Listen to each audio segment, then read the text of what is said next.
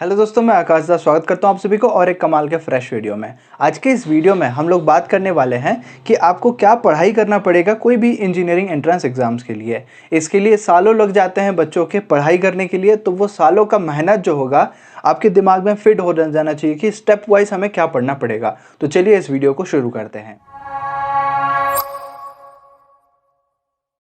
दोस्तों, last video में मैंने बताया था कि आप लोग को एक्चुअली क्या एलिजिबिलिटी चाहिए, कितने परसेंटेज चाहिए, आप कहाँ से पढ़े होने चाहिए, कितने कितने एग्जाम के अपॉर्चुनिटीज़ है, वो सारा मैंने आपको बताया था। आज की वीडियो में हम लोग बात करेंगे एक्चुअली पढ़ाई क्या करना है। जो भी आप इंजीनियरिंग एंट्रेंस देंगे वो एंट्रेंस एग्जाम के लिए, ठीक है। डायरेक्टली ऐसा तो कॉलेज में एडमिशन नहीं होता, आपको पढ़ना पड़ेगा और कुछ एग्जाम देना पड़ेगा। तो वो एग्जाम में क्या पूछा जाएगा और कैसे आप लोग पढ़ाई करेंगे। तो सबसे पहले जो पॉइंट नंबर 1 की बात करते हैं वो है class 11th and 12th। Actually कोई भी आप एग्जाम उठा लीजिए, चाहे जेई मेंस उठाइए या फिर कोई स्टेट स्पेसिफिक आप एग्जाम उठाइए, सभी एग्जाम में आपको एक ही चीज पूछा जाता है, that is 11th and 12th। ना इससे ज्यादा ना इससे कम। कम ऑब्वियसली होगा क्योंकि 11th आप पहुंच चुके हैं, इसका मतलब ये है कि आपका 10th का कॉन्सेप्ट, 9th का कॉन्सेप्ट वो सारा तो यूज होगा ही। लेकिन एक्चुअली अगर बात करें मेन जो स्टडी होता है 11th 12th की। अब काफी लोग पूछेंगे कि हमारे जो स्कूल में 11th 12th की पढ़ाई होती है क्या सिंपल उतना पढ़ने से सफिशिएंट है? मैं बोलूँगा सफिशिएंट नहीं है अगर आपको अच्छे कॉलेज में एडमिशन लेना है। लेकिन अगर आपको किसी भी कॉलेज में एडमिशन लेना है तो उसके लिए आपके लिए सफिशिएंट है 11th 12th। अब चाहे किसी भी बोर्ड से हो, महाराष्ट्र बोर्ड से हो, मध्य प्रदेश बोर्ड से हो, यूपी बोर्ड से हो, राजस्थान बोर्ड से हो, या फिर ऑल इंडिया लेवल पे सीबीएसई बोर्ड से दे रहे हो या फिर आईसीएसई बोर्ड से दे रहे हो, आपके लिए वही कॉमन रहेगा, that is 11th and 12th। जो आपका बुक आता है एनसीईआरटी की बात करें तो एनसीईआरटी बुक से भी आप पढ़ाई करोगे, हो जाएगा। काफ़ी बार देखो जेईई मेन लेवल का आपका लेवल एनसीईआरटी लेवल से थोड़ा सा ज़्यादा ऊपर रहता है, उसमें प्रैक्टिस करेंगे बन जाएगा। एडवांस का जो लेवल रहता है जो कि ओनली फॉर आईआईटीज के लिए होता है, एडवांस आप क्लियर करोगे तो आईआईटी में एडमिशन ले पाओगे, उसके लिए आपको एक्स्ट्रा मेहनत करना पड़ेगा। अब काफ़ी सारे बच्चे क्या करते हैं, कोटा चले जाते हैं, 10th के बाद तुरंत 2 साल का कोचिंग करते हैं, इंटीग्रेटेड मतलब स्कूल भी रहता है उसमें जेईई मेन और एडवांस का कोचिंग भी रहता है। उसके लिए देखो कोचिंग पॉइंट मैं 4 में इंक्लूड करने वाला था, लेकिन अभी बस बता रहा हूँ क्योंकि काफ़ी सारे बच्चे कोचिंग का भी डिसीजन लेते हैं।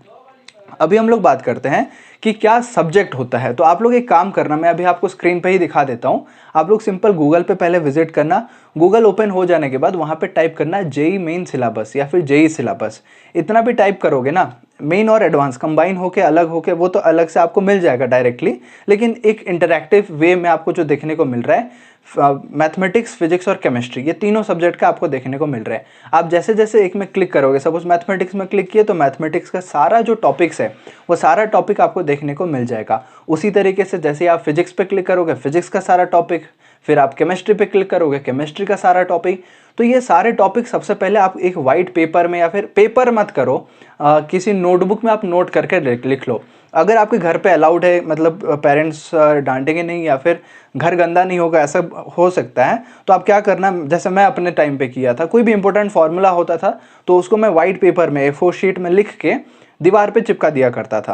दीवार पे चिपकाने से क्या होता है, जैसे ही मैं आ रहा हूँ, जा रहा हूँ, रूम में बैठ रहा हूँ, जो भी पढ़ाई कर रहा हूँ, तुरंत कोई क्वेश्चन कर रहा हूँ, मुझे फॉर्मूला याद नहीं आ रहा है, तो 2-4 बार वो फॉर्मूला को मैं तुरंत, देखो कॉपी में रखोगे, पेज निकालना पड़ेगा, बहुत सारा टाइम कंज्यूम होगा, लेकिन जब आप सवाल बना रहे हो तो आपका सारा एनर्जी वो क्वेश्चन पे लगा हुआ है। एक फॉर्मूला की वजह से आप कॉपी किताब में डिस्टर्ब हो जाओगे, डाइवर्ट हो जाओगे। इसीलिए मेरा कहने का मतलब यह है, आप किसी पेपर में लिख लो इंपॉर्टेंट फार्मूला को और उसको दीवार पे चिपका दो। दीवार पे चिपकाने से क्या होगा, बार बार आप तुरंत उसका रिवीजन कर पाओगे। तो 11th 12th में जब आप जाओगे, आपको क्या लेना पड़ता है, साइंस लेना पड़ता है। तो साइंस में आपका पीसीएम सब्जेक्ट रहेगा ही रहेगा, तो जो भी फॉर्मूला आएगा आपका वो पीसीएम सब्जेक्ट से आएगा। पीसीएम का मतलब क्या होता है, बहुत बार आप लोग सुन चुके हो, फिजिक्स, केमिस्ट्री और मैथमेटिक्स, ठीक है, मैथ्स। अब यहाँ पे आप चाहते हो और अच्छे से प्रिपेयर करना, तो आपका गोल डिसाइड करो किस कॉलेज में जाना है, और उसके साथ साथ जो जेईई का सिलेबस होता है, सारे टॉपिक्स, मतलब टॉपिक के साथ साथ सब टॉपिक में भी काफ़ी सारी चीज़ें होते हैं, वो सारे को आप लोग क्या करना, एक काम करके मतलब उसको आप चिपका लेना दीवार पे, मतलब सिलेबस भी पूरा चिपका होना चाहिए दीवार पे। तो जैसे ही आप देखोगे कि हाँ केमिस्ट्री का पी ब्लॉक एलिमेंट्स, तो पी ब्लॉक एलिमेंट्स में हमें क्या क्या पढ़ना चाहिए, क्या क्या टॉपिक्स है, तो जैसे ही जुबान पे रह जाएगा पूरा सिलेबस, जब आप पढ़ाई कर रहे हो तो आप दिमाग में स्ट्राइक होगा कि अरे यार ये तो इंपॉर्टेंट सिलेबस में मेंशन है, इसको मुझे ध्यान से पढ़ना है। काफ़ी सारे ऐसे टॉपिक्स होते हैं जो कि सिलेबस पॉइंट ऑफ व्यू से नहीं होते हैं, यानी कि आपके बोर्ड एग्जाम में पूछा जाएगा लेकिन जेईई एग्जाम में पूछा नहीं जाता।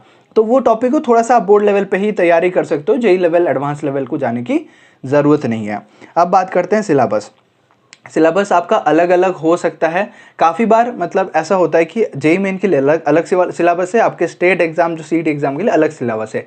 लेकिन अगर दोनों को मिला के देखो तो 70 to 80% आपका सिलेबस जो होता है ना वो ऑलमोस्ट सेम होता है। 11th 12th के ही क्वेश्चन पूछे जाते हैं, बस चैप्टर आगे पीछे होता है। आप पहले मैट्रिसेस पढ़ रहे हो, डिटर्मिनेंट्स पढ़ रहे हो, कोई और फंक्शंस पढ़ रहा होगा, कोई और वो इंटीग्रेशन डिफरेंशिएशन कर रहा होगा, वो तो आगे पीछे होता रहता है। मैंने खुद देखा है।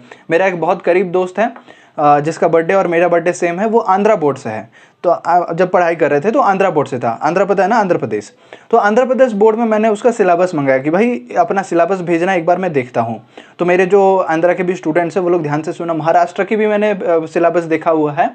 तो क्या होता है ना, कुछ टॉपिक्स ऐसे होते हैं जो उनका 12th में पढ़ाया जाता है, हम लोग 11th में पढ़ लेते हैं, और कुछ 11th में हम लोग पढ़ते हैं वो 12th में पढ़ते हैं। मतलब आगे पीछे होता रहता है यार। ऐसा नहीं कि कोई टॉपिक वो अलग ही पढ़ रहे हैं, पूरा एक्स्ट्रा ही पढ़ रहे हैं, ऐसा कुछ नहीं होता। लॉगरिदम एक टॉपिक है मैथ्स में, मैं बात कर रहा हूँ, वो आपका पढ़ाई नहीं जाता, स्टेट बोर्ड में पढ़ाया जाता है। तो आप सीबीएसई बोर्ड वाले बच्चे अगर हो तो खुद से पढ़ लेना थोड़ा। टीचर अगर आपको अच्छे मिल जाएंगे वो खुद से पढ़ा लेंगे। मेरे टीचर बहुत अच्छे थे, मैथमेटिक्स की बात कर रहा हूँ।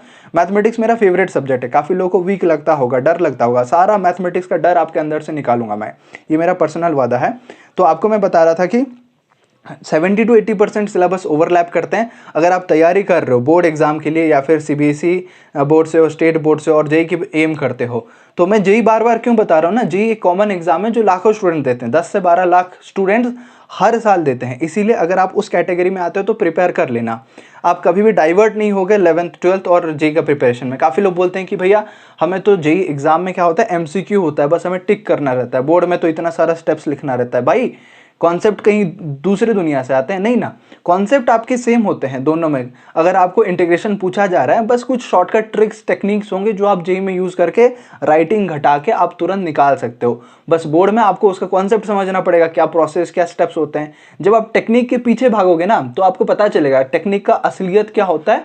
वो बस वही फॉर्मूला, वही कॉन्सेप्ट से बनता है, बस 2-4 स्टेप उसको रिड्यूस करके हम लोग मेंटल कैलकुलेशन से कर सकते हैं। तो इसमें तो आपका एडवांटेज बन गया कि आप जेईई के लिए प्रिपेयर कर रहे हो, आपका टेक्निक समझ में आ गया, आप आंसर तुरंत निकाल सकते हो। तो दूसरे स्टूडेंट्स के कंपैरिजन में आपका ये बेनिफिट हुआ, जब आप बोर्ड एग्जाम में लिख रहे हो आपका आंसर 100% सही आएगा, क्योंकि आपको पता है सही आंसर क्या है, आप टेक्निक से निकाल सकते हो। फिर आप जब लॉन्ग मेथड से सॉल्व करोगे, फाइनल आंसर में पहुंच जाओगे ना, तब आपको पता चलेगा यार दोनों आंसर तो मैच कर रहे हैं, मेरा आंसर सही हो गया। तो इसमें आपका टाइम भी बच गया, गलती करके काट के फिर से आप नहीं कर रहे हो, और जल्दी कर रहे हो, कॉन्फिडेंटली कर रहे हो कि हाँ मैंने जो आंसर किया वो 100% सही है, मेरे मार्क्स मिलेंगे, कटेंगे नहीं। समझ पा रहे हो? तो कुछ इस तरीके की चीज़ें होते हैं। सिलेबस आपको ध्यान से रखना, मतलब रटना की बात करें तो रट लो अगर हो सके तो, किस टॉपिक में क्या पूछा जाता है, प्रीवियस ईयर के क्वेश्चंस भी देख के आप प्रिपेयर कर सकते हो। कहाँ से मिलेगा प्रीवियस ईयर क्वेश्चन अगर आप पूछ रहे हो तो सिंपल सबसे बड़ा रिसोर्स है गूगल बेटा। तो गूगल पे जाके आप लोग सर्च करो कि प्रीवियस ईयर क्वेश्चन फॉर आपका जो स्टेट का एग्जाम है या फिर कोई भी कॉलेज स्पेसिफिक। जैसे मैंने कल आपको बताया था बिट्स पिलानी के बारे में, मतलब बिट्स का एग्जाम, VIT ट्रिपल का एग्जाम, SRM जेईई का एग्जाम।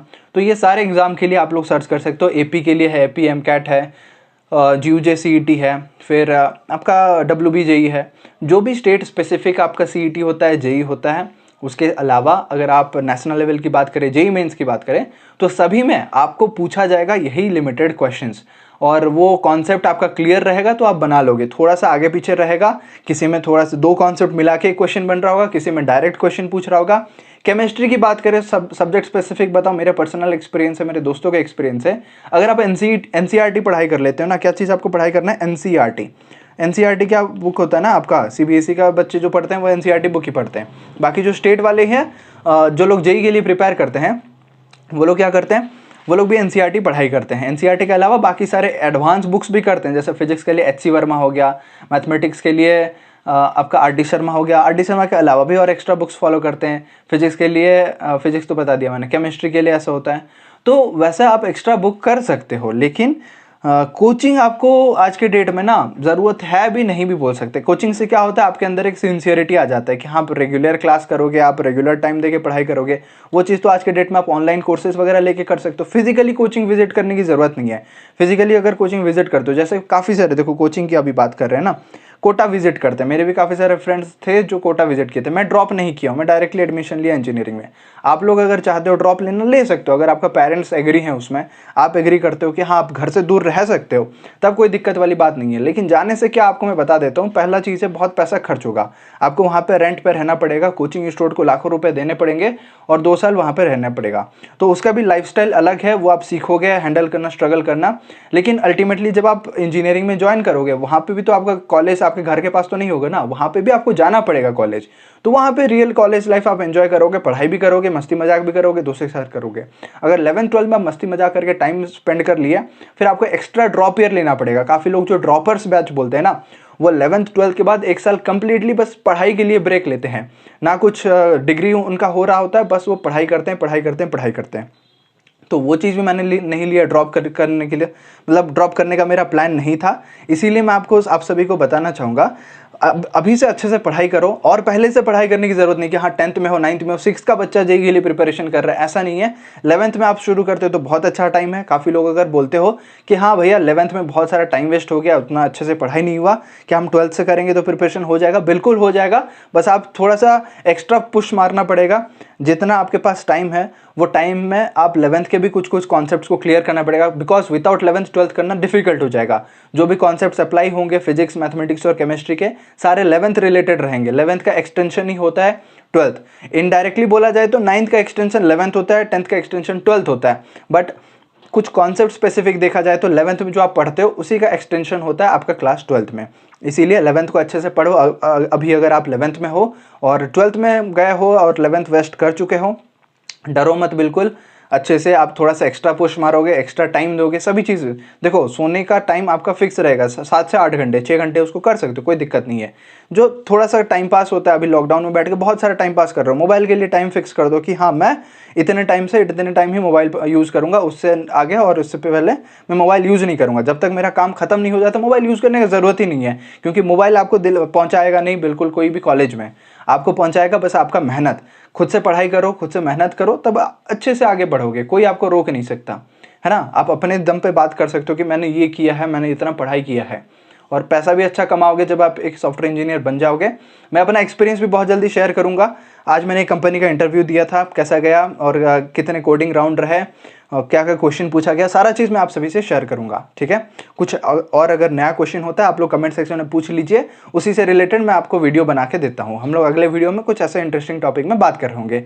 नया होता है यार, प्लीज़ चैनल को सब्सक्राइब कर दो और इस वीडियो को लाइक करके अपने उन दोस्तों के साथ शेयर कर दो जिनको एक सॉफ्टवेयर इंजीनियर बनना है, जिनका डाउट होता है कि हमें कैसे पढ़ाई करना पड़ेगा, क्या पढ़ना पड़ेगा और कैसे हम एक सक्सेसफुल राइट डायरेक्शन में जा सकते हैं। मिलेंगे हम लोग अगले वीडियो में, तब तक ऑल द बेस्ट एंड जय हिंद।